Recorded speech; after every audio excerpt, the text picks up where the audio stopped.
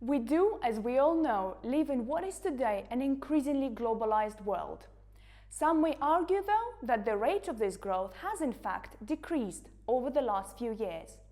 However, what is not in dispute is that large firms and enterprises remain committed to a globalized business strategy in order to remain competitive, be it for general expansion or to just have a local presence in their key markets.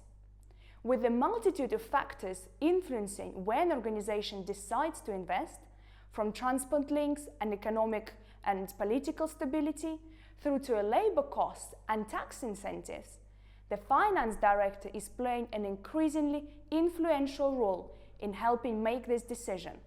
They do, though, still need guidance. In this episode of FDE TV, we've traveled to the Canton of Solothurn in Switzerland, where we meet Dr. Karl Brander, an executive director at the Investment Authority for the region, about the planning and logistical aspects of setting up an establishment there. We also speak with Scott Keetch, Director of Manufacturing In-Sourcing of Biogen, one of the world's leading biotechnology companies, about the key factors behind their decision to invest in Solothurn over other regions, as well as the different types of services they've received from the Canton's Investment Authority. The reason for investing in a new facility is driven primarily from our pipeline and our growing demand for biologic products. The reason for investing specifically here in Solothurn has to do with the workforce, our global diversity, diversifying our footprint, as well as the relationships we've been able to develop here with Solothurn. The stable political situation and the business-friendly regulations here in Switzerland were absolutely key decision points around driving the investment here in Switzerland. Companies who intend to come to Canton of Solothurn, relocating or just setting up an additional entity, we try to serve them in a way that they cover all the questions and have a good feeling to if they should decide to do so. The topics are, as you can imagine, any. So I guess after 10 years I have been asked everything you can ask. However, I do not always know the answer still.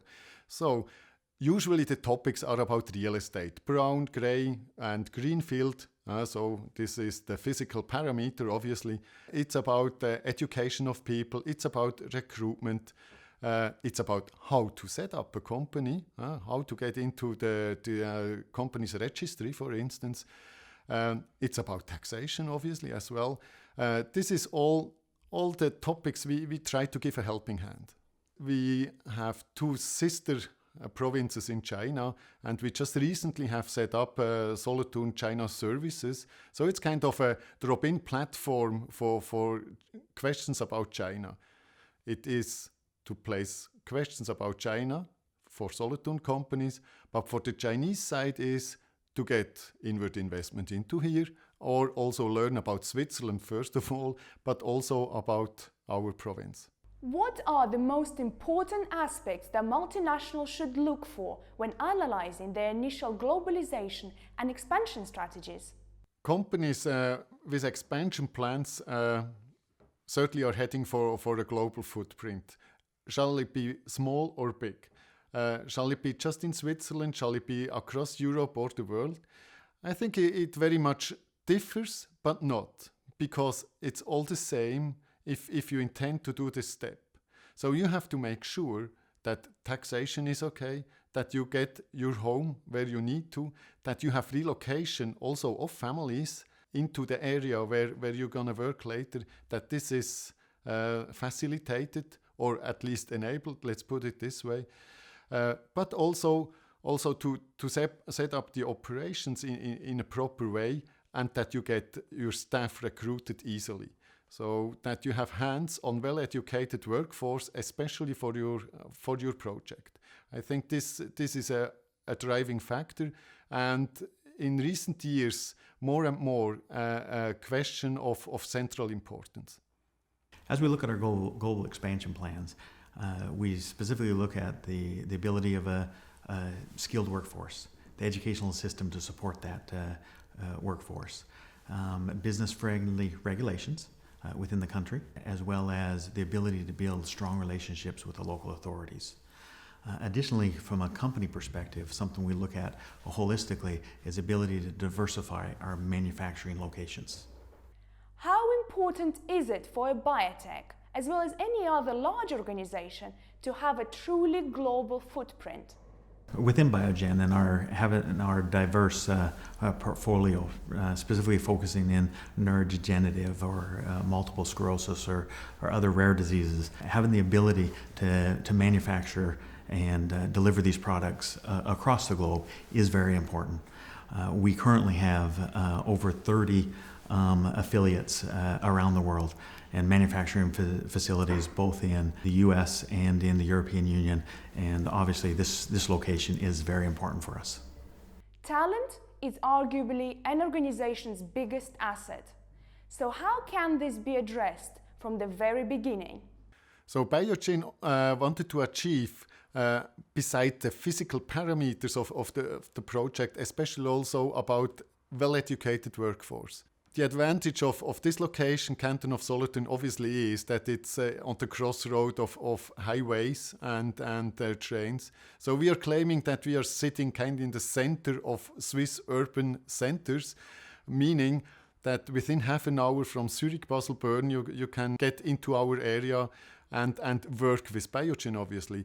Also, southern Germany is in reach. This means that for recruiting the personal Biogen needs, this obviously is not a too bad location, and that you get who you need to run this business. Here in Solothurn, on the next generation manufacturing facility, we have already started the recruiting process. And as a very attractive employer, we are receiving lots of applications, and we've been able to fill every open role that we have. And we continue to open new roles and are receiving lots of applications. What are the key obstacles an organization can come against when initially setting up operations in a foreign country? The key obstacles companies may face are that they are coping with the reality here or there where they decide to settle. This means I have to adjust the project to what is given in a given spot. This might be not only about taxation or so, can be clarified way ahead, but it's more about the operational activities you intend to do. Do you have to construct something? So get into that and learn what's meaning to construct something abroad. I think this is exactly the task the Economic Development Agency has, to smoothen that out, to show exactly where the obstacles might be as we understand a given project. So at the end of the day, each question in each project might be a little obstacle, and the better one clarifies about the facts and figures and reality, the less obstacles are. As Biogen currently has an operation here in Switzerland, organizationally, we really didn't see any significant obstacles with setting up the operation here in Switzerland. From a construction standpoint, in building a new project, there's new relationships with contractors that have to be built up, understanding the contracting methodology here in Switzerland. And so to date, I can report that we've been extremely pleased with the level and the quality of workmanship we found with the contracting workforce here in Switzerland.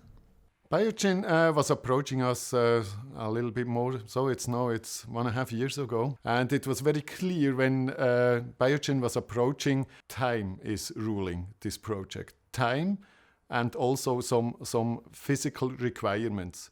Physical requirements in terms, for instance, a bigger portion of land to construct what they intend to construct for today, but also for tomorrow. In terms of time, there was the saying, in 1 year, we have to shovel in the ground. And this, to cope with that, was quite exciting indeed. So, how will the world of foreign direct investment evolve in the years to come? The world in foreign investment will most likely change a little bit in terms of cadence. I assume that the cadence, especially in multinational companies, will increase.